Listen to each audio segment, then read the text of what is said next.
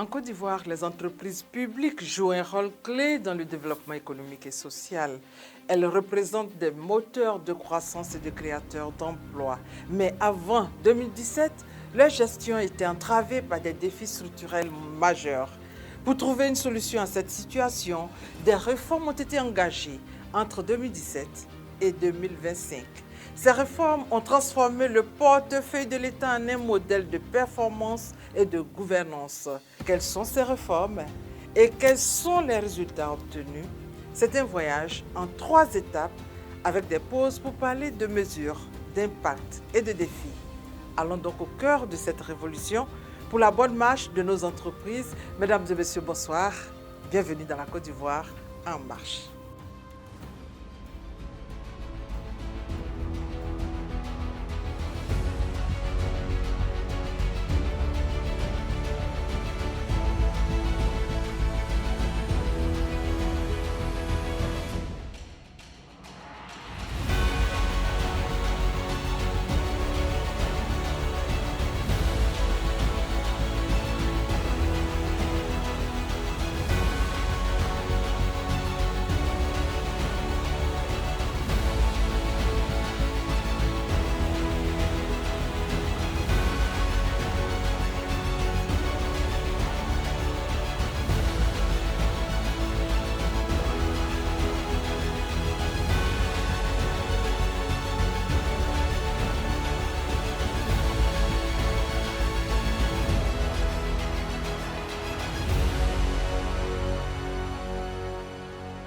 Avant 2017, le portefeuille de l'État, composé de nombreuses entreprises publiques, faisait face à des obstacles structurels qui freinaient son potentiel.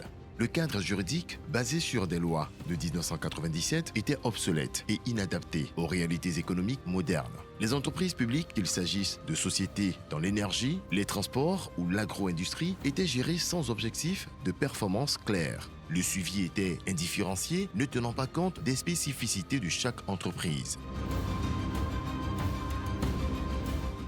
Un autre défi majeur était l'insuffisance des contrôles. Les audits, lorsqu'ils existaient, étaient rares et peu rigoureux, laissant passer des actes de mauvaise gestion, voire des fraudes. Les conseils d'administration manquaient de compétences techniques et les comités d'audit et de gestion des risques, lorsqu'ils existaient, n'étaient pas suffisamment formés pour jouer leur rôle. Cette situation a conduit à une faible culture de performance avec des entreprises déficitaires dont les modèles économiques n'étaient plus viables. Enfin, l'absence de mécanismes rigoureux pour suivre les recommandations issues des audits aggravait la situation. Les assemblées générales ordinaires, AGO, n'étaient pas toujours tenues dans les délais réglementaires et les risques financiers n'étaient pas anticipés. Cette gestion limitait la contribution des entreprises publiques au développement national. Ces défis ont poussé l'État à agir. Pour une meilleure compréhension de la gestion du portefeuille de l'État, là, nous sommes à l'immeuble Siam, au 11e étage, pour échanger avec le ministre du Patrimoine, du portefeuille de l'État et des entreprises publiques. Nous retrouvons Moussa Sanogo dans son cabinet. Monsieur le ministre, bonsoir. Bonsoir. Soyez la bienvenue. Merci, monsieur le ministre. Merci. Nous sommes là pour parler de la gestion du portefeuille de l'État Oui. de façon claire. Oui. Comment se porte justement le portefeuille de l'État? Alors naturellement, si vous posez la question au premier responsable, la réponse sera évidemment oui. Mais je crois qu'il y a quand même des éléments probants qui justifient que cette réponse soit affirmative. Le portefeuille de l'État se porte bien de façon claire. Quel est l'état des lieux aujourd'hui? Alors l'état des lieux, il y a eu beaucoup d'efforts qui ont été déployés par le gouvernement pour faire en sorte que ce portefeuille se porte bien. Je voulais rassurer en tout cas nos téléspectateurs. Ce n'est pas le portefeuille de la maman qui va au marché, mais c'est le portefeuille des entreprises publiques. Voilà, d'où le thème des portefeuilles de l'État. Alors, il a fallu faire des travaux approfondis pour, on va dire, corriger certaines insuffisances qui avaient été relevées. D'abord, la problématique de la performance de ces entreprises publiques, la question de la gouvernance et la question également de leur contribution au développement du pays. Alors, à la suite donc, de réformes approfondies, des mesures nouvelles ont été prises, des dispositions nouvelles ont été instituées pour faire en sorte donc, que cet état des lieux qui était mitigé, on va dire, que nous puissions aujourd'hui avoir des résultats satisfaisants. Face à une économie en pleine croissance, il était impératif de transformer les entreprises publiques en acteurs dynamiques du développement. C'est ainsi qu'un ambitieux programme de réforme a vu le jour. Entre 2017 et 2025, la Côte d'Ivoire a mis en œuvre un plan de réforme structuré autour de 3 axes. La gouvernance des entreprises publiques, le renforcement des contrôles par des audits et le suivi rigoureux de la performance. Ces réformes méthodiques et progressives ont redéfini la manière dont les entreprises publiques sont gérées. Alors, à la suite donc, de réformes approfondies, des mesures nouvelles ont été prises, des dispositions nouvelles ont été instituées pour faire en sorte donc, que cet état des lieux qui était mitigé, on va dire, que nous puissions aujourd'hui avoir des résultats satisfaisants.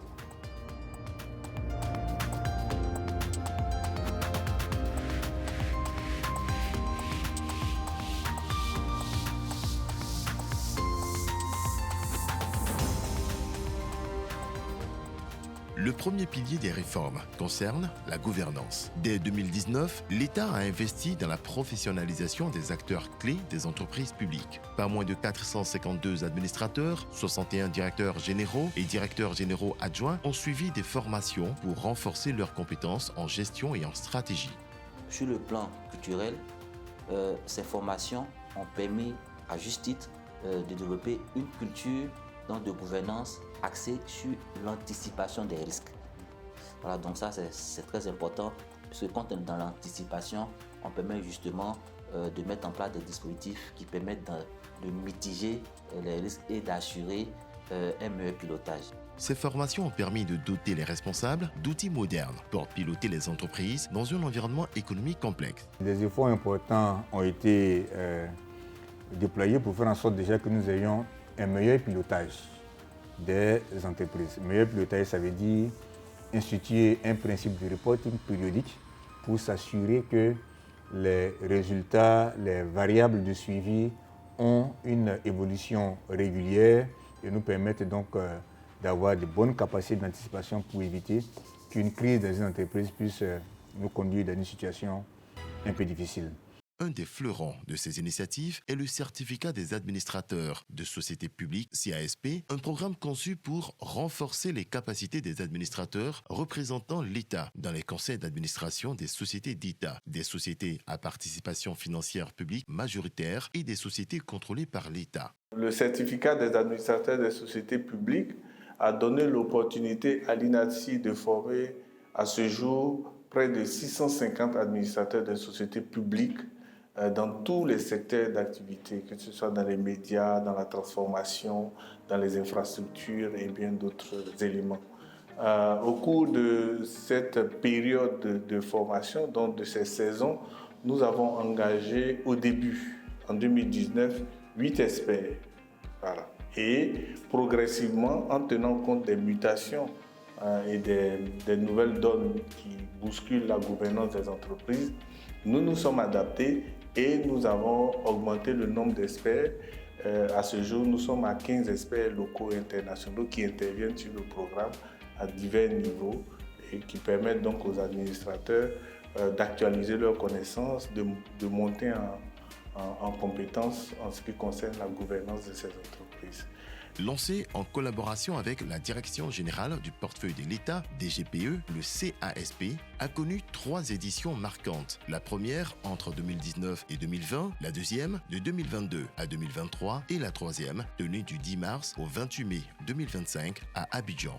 Il faut dire que ces programmes de renforcement des capacités permettent aux directeurs généraux, à tous ceux qui administrent, de revoir leur façon de travailler, d'apprendre de nouveaux outils et puis de mettre en exécution les bonnes pratiques. Et cela nous permettra aussi, en tant que manager, de mieux administrer nos structures respectives. Je suis très heureuse que nous puissions bénéficier de ce renforcement de capacités pour améliorer notre gouvernance, pour la redevabilité de tout ce que nous faisons, afin que nous puissions donner des services de meilleure qualité aux usagers. Donc je suis très heureuse de participer à ce programme. Animés par des experts, ces formations ont permis aux administrateurs de disposer d'outils concrets pour optimiser la gestion et la performance des organes d'administration. Les DG sont des personnes hautement formées qui ont des expériences 10 ans, 15 ans, dont on a fait la crème au niveau de l'administration. Donc ils savent très bien de quoi il s'agit.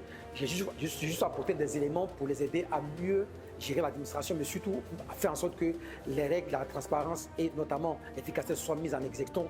Ils sont conscients, ils ont la formation qu'il faut, ils ont les qualifications nécessaires. On ne fait que renforcer leurs capacités dans ce domaine-là.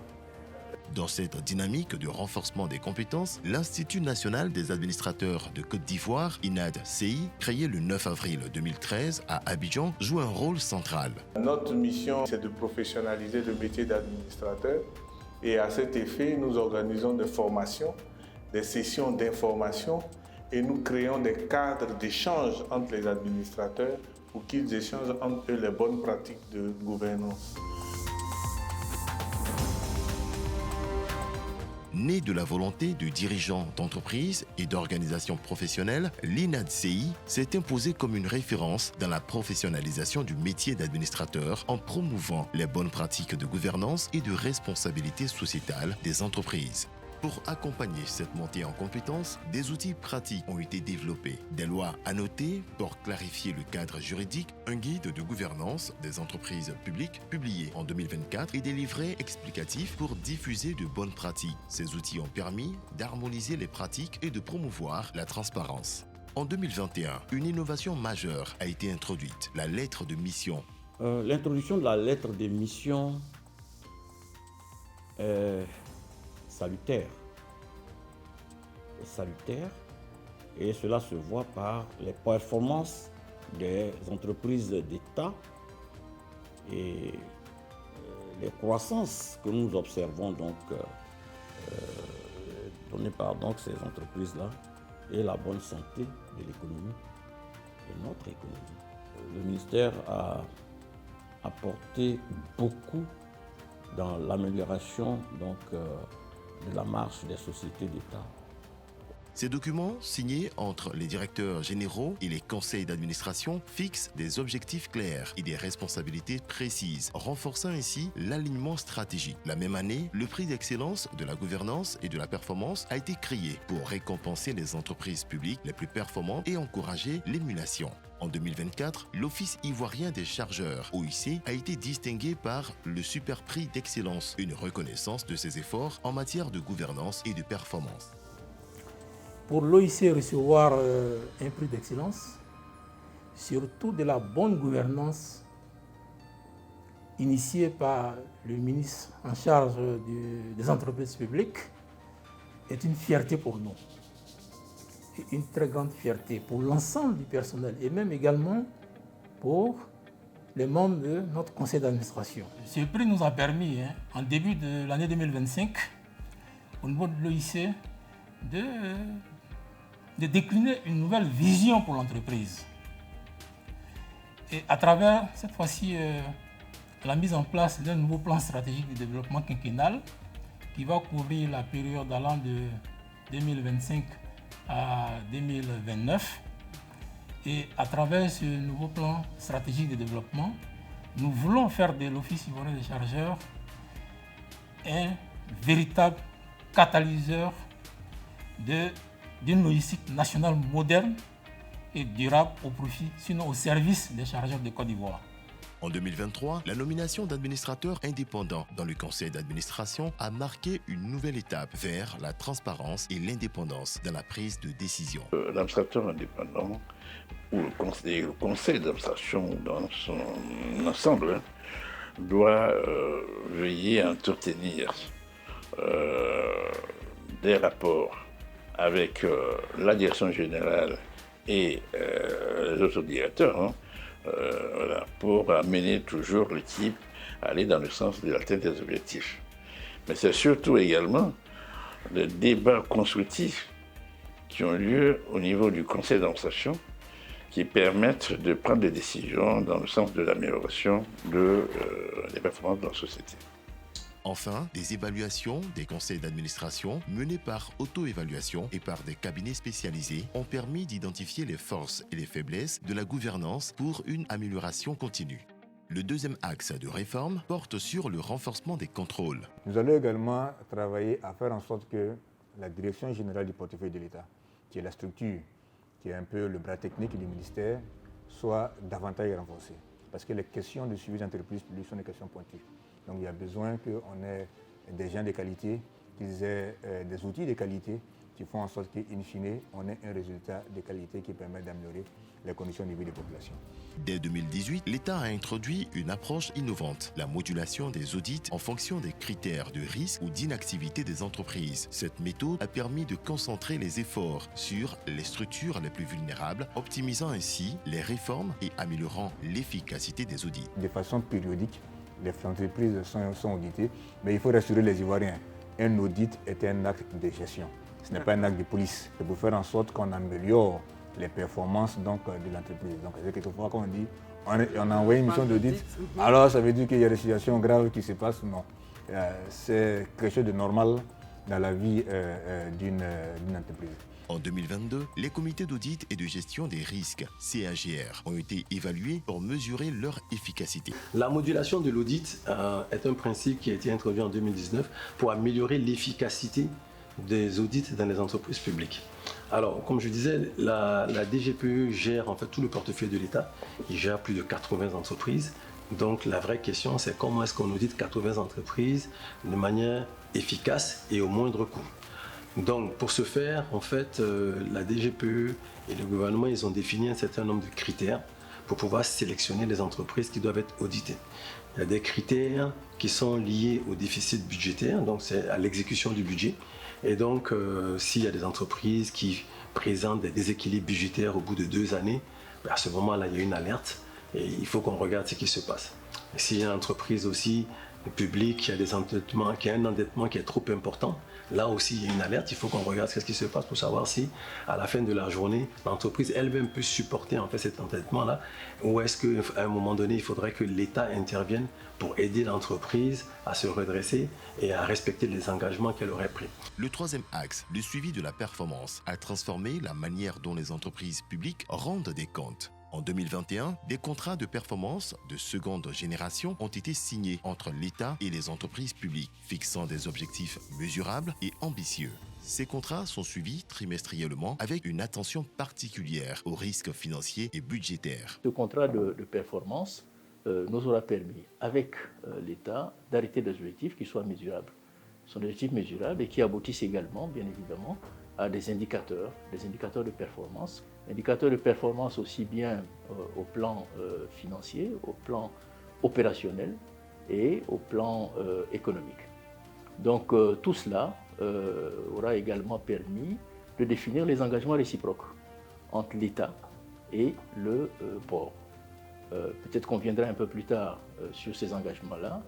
Le troisième élément que je puis dire, c'est ce contrat de performance aura permis justement de modifier fondamentalement, on va dire, cette culture que nous avions et nous orienter définitivement vers une culture, cette fois-ci, de la performance et de l'efficacité, plutôt que d'être dans une approche de moyens. Par le passé, dans le cadre de la gestion, je dirais, administrative des entreprises publiques, les entreprises étaient plus tournées vers les moyens qui devraient être mis à leur disposition par l'État de Côte d'Ivoire. Les réformes ont porté leurs fruits avec des résultats impressionnants. Entre 2011 et 2024, le chiffre d'affaires du portefeuille de l'État a été multiplié par 3, passant de 1 560 milliards de francs CFA à 4 673 milliards. Le résultat net a connu une progression spectaculaire, passant de 3,1 milliards en 2011 à 217 milliards en 2024. Les dividendes versés à l'État, qui finance des projets d'infrastructure, d'éducation et de santé, sont passés de 20,2 milliards en 2011 à 69,8 milliards en 2023. Le bilan est positif. Alors, les résultats nets des entreprises publiques entre 2018 et 2023 ont été multipliés par presque 6,5. Si vous regardez également les dividendes versés à l'État, sur la même période, ont quasiment triplé. Alors, ça, des efforts importants ont été déployés pour faire en sorte déjà que nous ayons un meilleur pilotage des entreprises. Meilleur pilotage, ça veut dire instituer un principe de reporting périodique pour s'assurer que les résultats, les variables de suivi ont une évolution régulière et nous permettent donc d'avoir de bonnes capacités d'anticipation pour éviter qu'une crise dans une entreprise puisse nous conduire dans une situation un peu difficile. Un exemple concret de cette transformation est l'Office ivoirien des chargeurs, OIC, une société anonyme à participation financière publique majoritaire. L'OIC illustre parfaitement les efforts pour un meilleur pilotage des entreprises publiques. L'OIC s'est distingué par sa capacité à répondre aux besoins croissants de l'économie ivoirienne, notamment à travers le développement d'infrastructures modernes et stratégiques. Parmi celles-ci, le parking de stationnement de Noé, s'étendant sur 2,1 hectares et capable d'accueillir 70 véhicules poids lourds, illustre l'engagement de l'OIC à optimiser la logistique portuaire. De même, le parking de Vridi, couvrant 2,5 hectares avec une capacité de 94 camions poids lourds, répondant aux exigences d'efficacité et de fluidité dans la zone portuaire. Ce site aujourd'hui, vous le constatez avec moi-même, c'est que ce site est aujourd'hui exigu. Et c'est pour cela qu'au niveau de l'OIC, nous projetons, n'est-ce pas, dans le futur, ce qui nous a conduit, bien entendu, à acquérir un foncier d'environ 50 hectares au PK31 sur l'autoroute du Nord, et foncier qui nous permettra de réaliser une zone logistique moderne.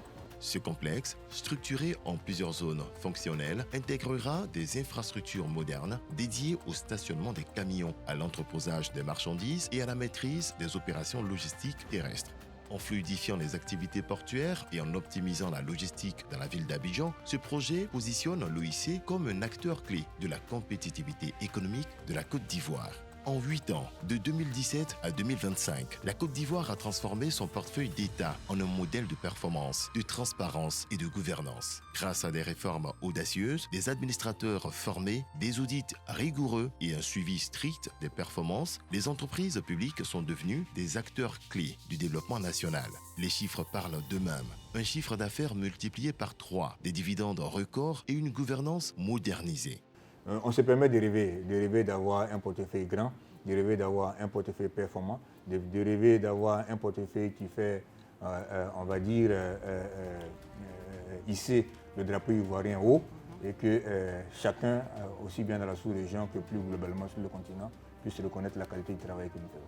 Ces ambitions s'inscrivent dans la vision Côte d'Ivoire 2030 portée par le président Alassane Ouattara qui vise à faire des entreprises publiques des champions nationaux et continentaux au service d'une économie émergente et durable. Retenons de ce magazine sur la gestion du portefeuille de l'État une gouvernance exemplaire selon la Direction générale du portefeuille de l'État. Une direction qui compte aller plus loin pour améliorer la performance des entreprises publiques. Alors c'est la fin de votre magazine La Côte d'Ivoire en marche, réalisé par CC Images. Merci de nous avoir suivis, merci de nous faire confiance.